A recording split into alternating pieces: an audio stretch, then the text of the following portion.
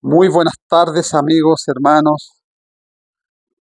La Iglesia del Señor le damos gracias a Dios, personalmente con mi esposa Angelita, por el pueblo del Señor, por la Iglesia que cada día puede reunirse y puede escuchar la palabra.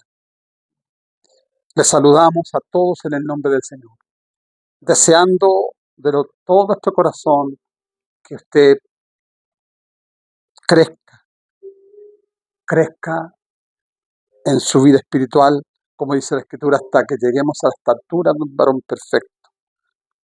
Que la palabra pueda provocar en usted un cambio radical y que más que nunca en este tiempo, tiempos muy difíciles. Es increíble que ya este año se está yendo de una manera, pero a una velocidad increíble. Y entramos a un nuevo año, al año 25 de este nuevo siglo. Y es hora de que cada uno de nosotros podamos reflexionar en nuestro caminar. ¿Cómo está nuestra intimidad con el Señor? ¿Cómo está nuestro encuentro en el secreto de Dios? Y quiero seguir compartiendo con ustedes eh, lo que realmente es la palabra. Todas las cosas tienen un origen, todas las cosas en la vida, todas tienen un origen, un comienzo, un génesis. Y Dios estableció un origen porque Él es eterno, siempre ha sido y siempre será, bendito sea Dios. Pero lo que Él estableció tiene un origen. El mundo, el universo, todo lo que vemos y aún lo que no vemos.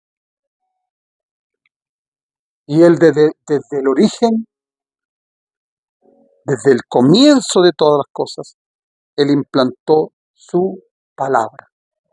Si usted va al Génesis, dice que por la palabra, dice Dios dijo la palabra y fue hecho. Dijo la palabra y fue hecho. De modo que todo lo que usted y yo vemos, todo lo que vemos, y aún lo que usted y yo no vemos, y que quizás nunca vamos a ver, porque Dios es eterno. Y hay cosas que sin duda ha creado que nunca a lo mejor las veremos. Que lo que vemos fue hecho, y esto es increíble y que no lo podemos entender ni aún comprender de lo que vemos fue hecho de lo que no se veía, de la nada. Bendito sea Dios. Ese es el Dios que nosotros servimos y amamos. Por eso es que el escritor de Hebreos habla y destaca claramente en su capítulo 11. Dice, por la fe entendemos haber sido constituido el universo, de modo que de lo que se ve fue hecho de lo que no se veía. Y esto está en la escritura, Hebreos capítulo 11. Y esa misma palabra desde el principio, desde el origen, que Dios creó todas las cosas, es la misma palabra de Dios que el apóstol Santiago describe en su libro, dando a entender, sin dejar pero la más mínima duda, lo que verdaderamente produce la palabra de Dios en la vida de aquellos que, y aquí esto es lo que marca la diferencia, en la vida de aquellos que disponen recibirla. Porque yo puedo escucharla, pero no recibirla. Yo puedo saber de la palabra, pero no recibirla. Mire lo que dice Santiago capítulo 1. Dice, por esto, amados hermanos, todo hombre sea pronto para oír, tardo para hablar, tardo para irarse, porque la ira del hombre no obra la justicia de Dios.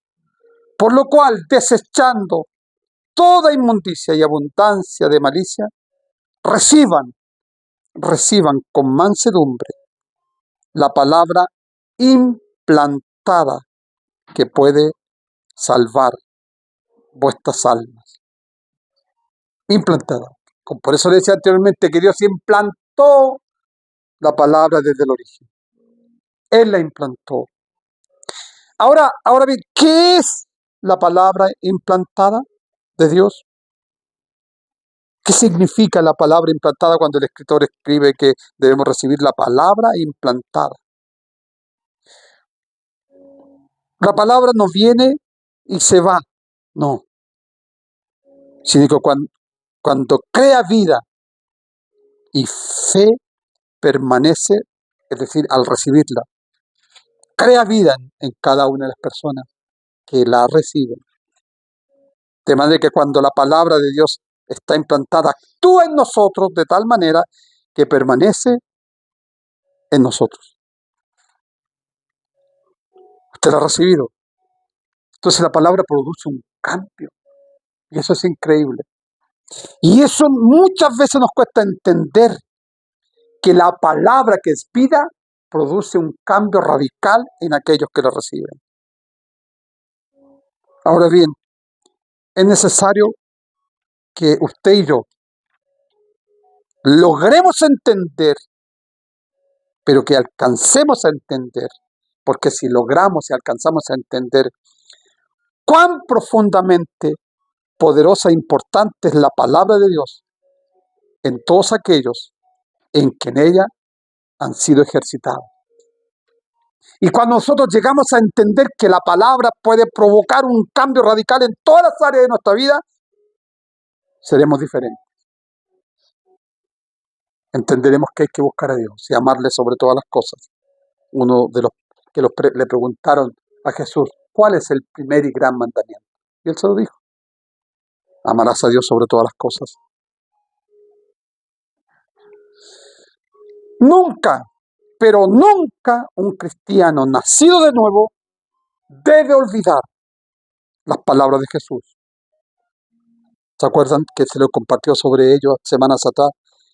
Dice a aquella multitud de 5.000 hombres, sin contar las mujeres y los niños, que los alimentó milagrosamente,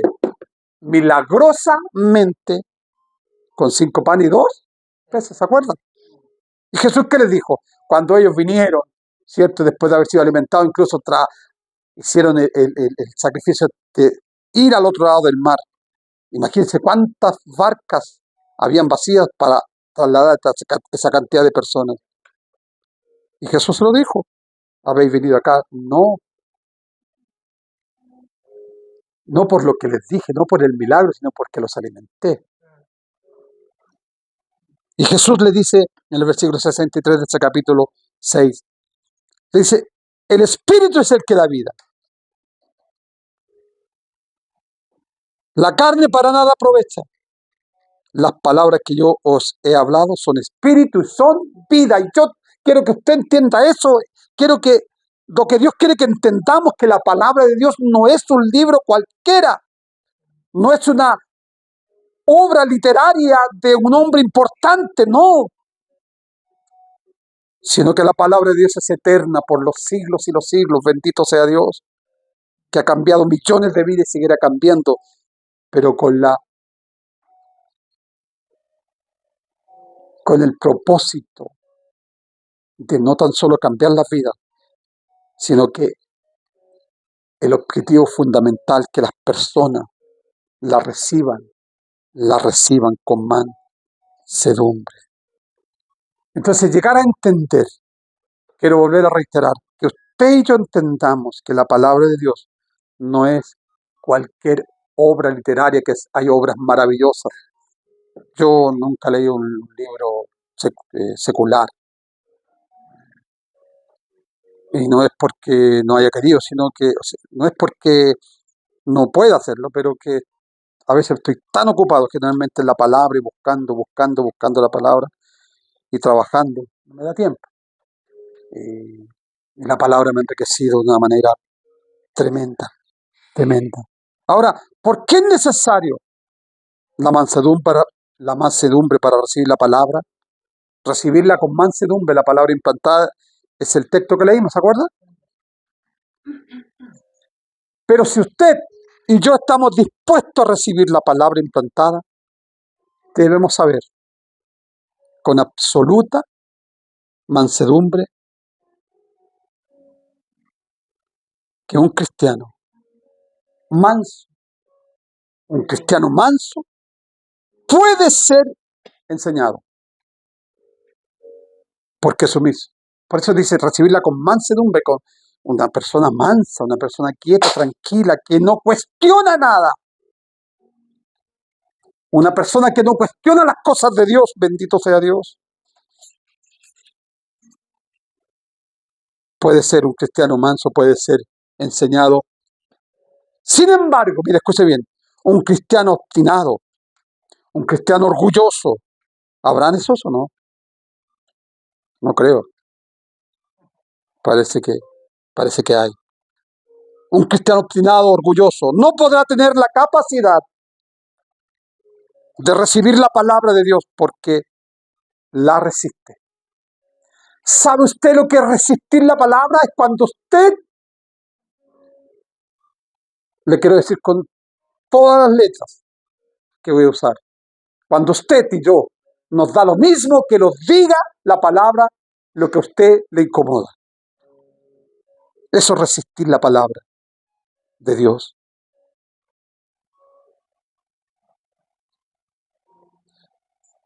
Y por su falta de entendimiento y conocimiento. Cuando hay falta de conocimiento, entendimiento, ocurre esta situación de sentirnos incómodos por lo que la palabra nos enseña y nos quiere decir. Y esto pasó también en todos los tiempos, como en el tiempo del profeta Oseas. Cuando él en su capítulo 4 dice, y escucha atentamente esta parte, este versículo del capítulo 4, versículo 6 del profeta. Dice, un pueblo que carece de conocimiento. Mi pueblo fue destruido. Habla, mire lo que dice. ¿Lo ha leído eso? Mi pueblo fue destruido porque le faltó conocimiento. ¿Pero conocimiento de qué? De la palabra, de la escritura, de lo que fluye para vida eterna, de las palabras que son vida y son espíritu. Por cuanto desechaste el conocimiento, le dice, yo te echaré del sacerdocio, le dice a los líderes de la época. Mire, y esto cuando leí esto me llamó mucha atención, escúcheme bien. Cuando un sacerdote, un líder, un padre desecha la palabra, mire lo que dice, porque olvidaste la ley de tu Dios, también yo me olvidaré de tus hijos. ¿Cómo se sentiría usted que Dios olvide a sus hijos? Entonces depende de usted, depende de mí, que nuestros hijos, que nuestros nietos, que nuestras generaciones amen al Señor y sirvan al Señor. Pero cuando nosotros somos obstinados, llevados a nuestra propia idea, y que la palabra nos incomoda, sus generaciones también la palabra les incomodará.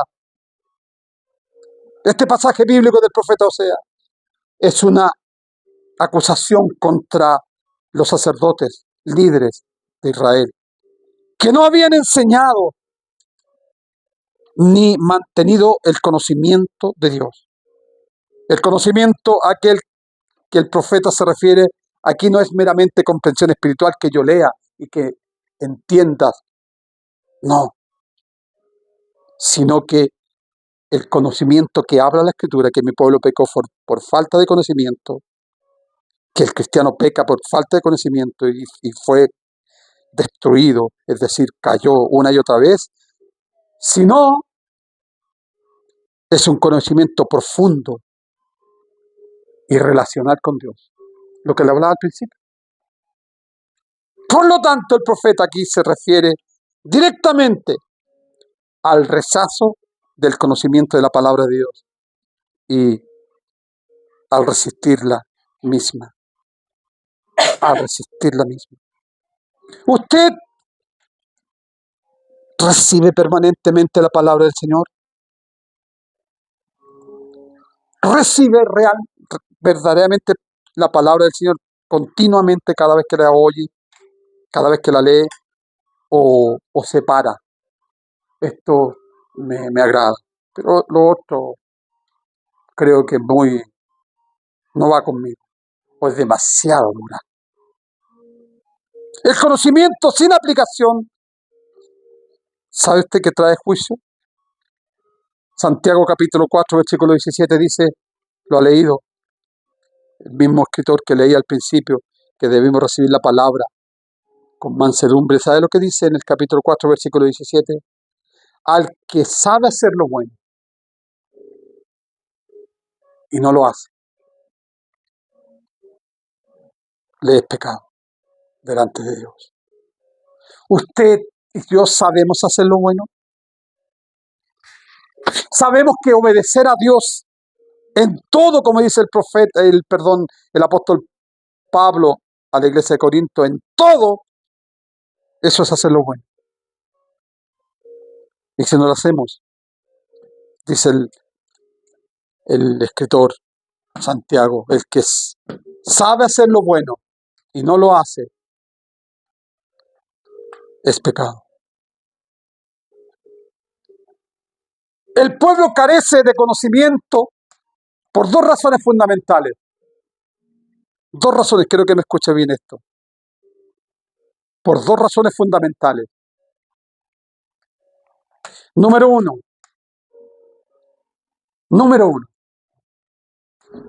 los pastores y líderes no le están guiando bien y les enseñan de maneras corruptas que ignoran el verdadero significado del conocimiento de Dios, que es por medio de su misma palabra, absoluta y genuina. Y número dos, los líderes y el pueblo eligen ignorar o rechazar por completo los mandamientos, ordenanzas y decretos de la palabra de Dios. Estas dos razones que habla la palabra son las que, desgraciadamente, muchos cristianos no crecen y han caído una y otra vez. Bendito sea Dios.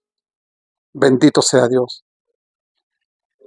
Ahora, ¿qué dice la palabra de Dios sobre la falta de entendimiento? Y quiero que me escuche bien esto. ¿Qué dice la palabra de Dios sobre la falta de entendimiento? Proverbios, el escritor de Proverbios, Salomón, mire lo que escribe. En los labios del entendido se halla sabiduría, pero la vara es para las espaldas del falto de entendimiento. ¿Lo ha leído alguna vez? En los labios del entendido se halla sabiduría, pero la vara es para las espaldas del falto de entendimiento. Y esto es tan importante que usted lo tenga claro. Por eso la Biblia nos habla en Filipenses, se lo he leído una y otra vez, se lo he enseñado. En la versión nueva habla, capítulo 1, versículo 9, que crezcamos en conocimiento y en entendimiento. Y esto quiero volverlo a reiterar. Mira lo que dice. En los labios del entendido se halla sabiduría, pero la vara es para las espaldas de los que tienen falta de entendimiento. Por eso la Biblia nos enseña que debemos crecer en conocimiento y en entendimiento, no en otras cosas triviales de este mundo que son muchas veces necesarias, pero a veces crecemos en cosas de este mundo y no crecemos en las cosas del Señor. Si usted crece en las cosas del Señor, también va a crecer y va a ser exitoso en las cosas de este mundo, que obviamente que se refieren con su trabajo, con sus carreras, con sus cosas importantes de la vida también. Entonces, ¿qué es el conocimiento bíblicamente? ¿Sabe usted que el conocimiento es la palabra clave en todas las epístolas, es decir, en las cartas del Nuevo Testamento? Y en ellas no hablan puntualmente del ejercicio mental, sino de experimentar la certeza de la verdad. ¿De qué verdad? De la palabra. De la palabra. Y la palabra de Dios debe ser una verdad que debes entender, experimentar y probar para que tengas la completa certeza de no solo que tu mente la comprenda, sino por tu propia vivencia con Dios por medio de su palabra. Estás leyendo la palabra todos los días. En sus oraciones lee la palabra.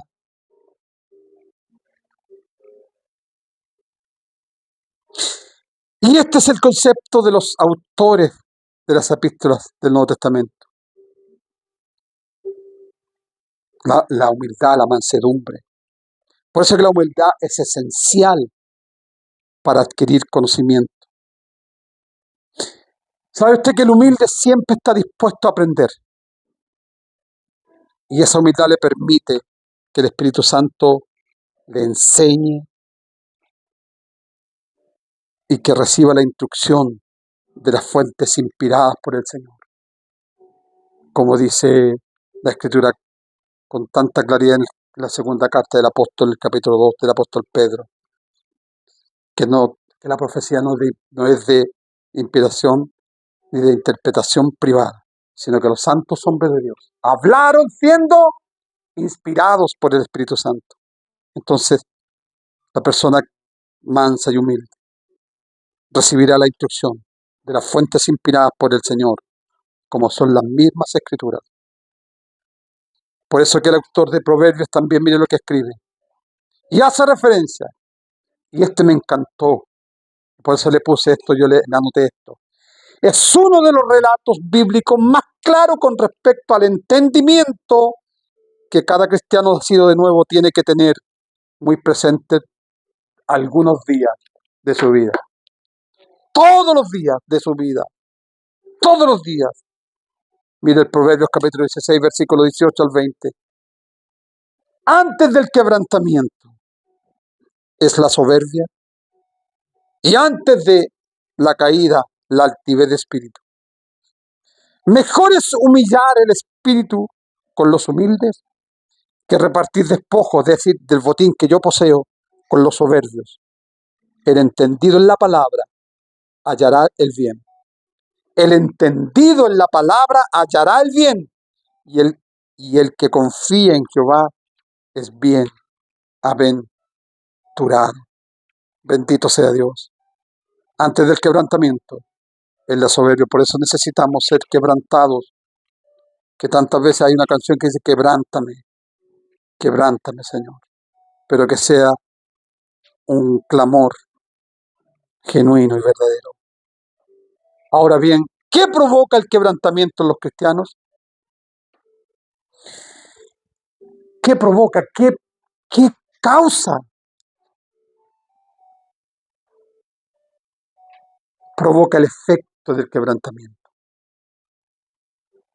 Por más duro que sea al oírlo, el quebrantamiento te permitirá someterte en absoluto al Señor, totalmente. Que te despojes de tu manera de vivir y de pensar a cambio de tener la mente de Cristo. ¿Tenemos que tener la mente de Cristo en el día final o ahora? La Biblia dice otra cosa. El apóstol escribe esta afirmación, el apóstol Pablo, y lo deja enfáticamente claro cuando escribe a la iglesia de Corinto y también a la iglesia de hoy. Primera de Corintios capítulo 2, versículo 16 dice, porque ¿quién conoció la mente del Señor? ¿Quién la conoció?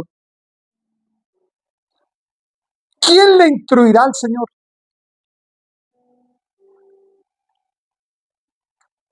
Y dice, termina con este versículo 16 del capítulo 2, más nosotros tenemos la mente de Cristo. ¿Sabe usted que tenemos la mente de Cristo? Pero una cosa es tener la mente de Cristo y una cosa actuar con nuestra mente antes que con la mente de Cristo. Que son dos cosas totalmente diferentes. Por eso la palabra nos enseña, el mismo apóstol Pablo en la carta que le escribe a la iglesia de Éfeso, que dice que no contristéis al Espíritu Santo. En el capítulo 5, no contristéis al Espíritu Santo. ¿Qué diferencia hay entre soberbia y altivez? ¿Se acuerda que el texto que leímos, que decíamos la palabra, ¿con qué? Con mansedumbre, la palabra implantada. La soberbia, ¿sabe lo que es? Oye, que yo cuando busco ahí, ya manejo un poco la tecnología. La soberbia es la pequeñez engrandecida. Porque un soberbio no es grande. Nunca voy a olvidar una frase que escuché. ¿Quién es más grande? ¿El que está de pie o el que está de rodillas? Bendito sea Dios, el que está de rodillas. Parece un poco raro, pero el frente a Dios, el que es más grande es el que está de rodillas, no el que está de pie. ¿Quién estaba de rodillas? ¿Se acuerdan? Que no querían levantar su cabeza. El publicano. ¿Quién estaba de pie? El fariseo. La soberbia es la pequeñez engrandecida. La soberbia es el falto de juicio. La soberbia es el complejo disfrazado. La soberbia es la prepotencia con los humildes. Un espíritu altivo es aquel que piensa de sí mismo y que tiene un concepto más alto del que debe tener. Por eso que debe oír atentamente las palabras del apóstol a la iglesia de Roma, en el capítulo 12 de la iglesia del Señor. ¿Lo ha leído alguna vez? Digo pues, versículo 3, por la gracia que me es dada a cada cual que está entre nosotros, que no tenga más alto concepto de sí que el que debe tener, sino que piense de sí con cordura, conforme a la medida de fe que Dios repartió a cada uno. No podemos tener más alto concepto de lo que somos. Yo soy Ricardo Carreño, soy un siervo que predica la palabra, que comparto con quien se me presente por delante y envío el mensaje a mucha gente, edifico a la iglesia del Señor, pero también soy un movilista y nada más. Entonces, ¿qué es ser soberbio según la palabra de Dios? La soberbia a veces es llamada vanidad, orgullo o arrogancia. Y se considera que la soberbia es el pecado fundamental y la madre de todos los vicios. Por eso que el primer pecado cometido fue un acto de soberbia por Satanás, es decir, por el ángel de luz que habla el capítulo 14 de Isaías, el capítulo 28 de Ezequiel, que dijo, subiré al cielo y seré semejante al Altísimo. La soberbia, el orgullo, que se negó a reconocer que Dios era su creador, que Dios era su Señor. Asimismo, la soberbia fue la trampa que sedujo a toda la humanidad en Adán y Eva, los cuales se hizo caer, creyendo ellos que la mentira más grande que creyeron, que le dijo Satanás en el capítulo 3, versículo 5 de Génesis. Seréis como Dios, coman del árbol. Por lo tanto, el pecado de soberbia y altivez de Adán y Eva arrastraron a todos sus descendientes a tener en poco la palabra establecida que Dios implantó desde el origen de todas las cosas. Y por eso es que esa palabra tuvo que hacerse carne en la persona de Cristo. Por eso Él le dice a la multitud, el que no me come no tiene vida eterna. Está hablando de la palabra. Por eso se les impactó y les incomodó a los judíos. Entonces, cuando descubrimos la palabra por medio del conocimiento, el entendimiento, las devoraremos y serán como un panal de miel en nuestra boca. Por eso es que Jeremías dice en el capítulo 15, versículo 16, cuando escribe, cuando descubrí tus palabras, me las devoré. Y el Salmo 119, versículo 103 dice, cuán dulces son tus a mi paladar, más que miel a mi boca. Amén, amén. Dios les bendiga, amados. Que esta palabra pueda edificar su vida. La palabra absoluta de Dios. La palabra que puede cambiar el transcurso de su vida, de su familia, de sus hijos. Y que esa misma palabra sea enseñada a sus generaciones y que nunca más aparten de Dios. Bendito sea su nombre. Les bendecimos en el nombre del Señor y les invitamos a que se suscriban en nuestro canal Centro Cristiano Torrefuerte. Como les digo cada domingo, hay una serie de mensajes para que usted sea edificado en la palabra. Amén. Un abrazo fuerte y los bendecimos en el nombre del Señor.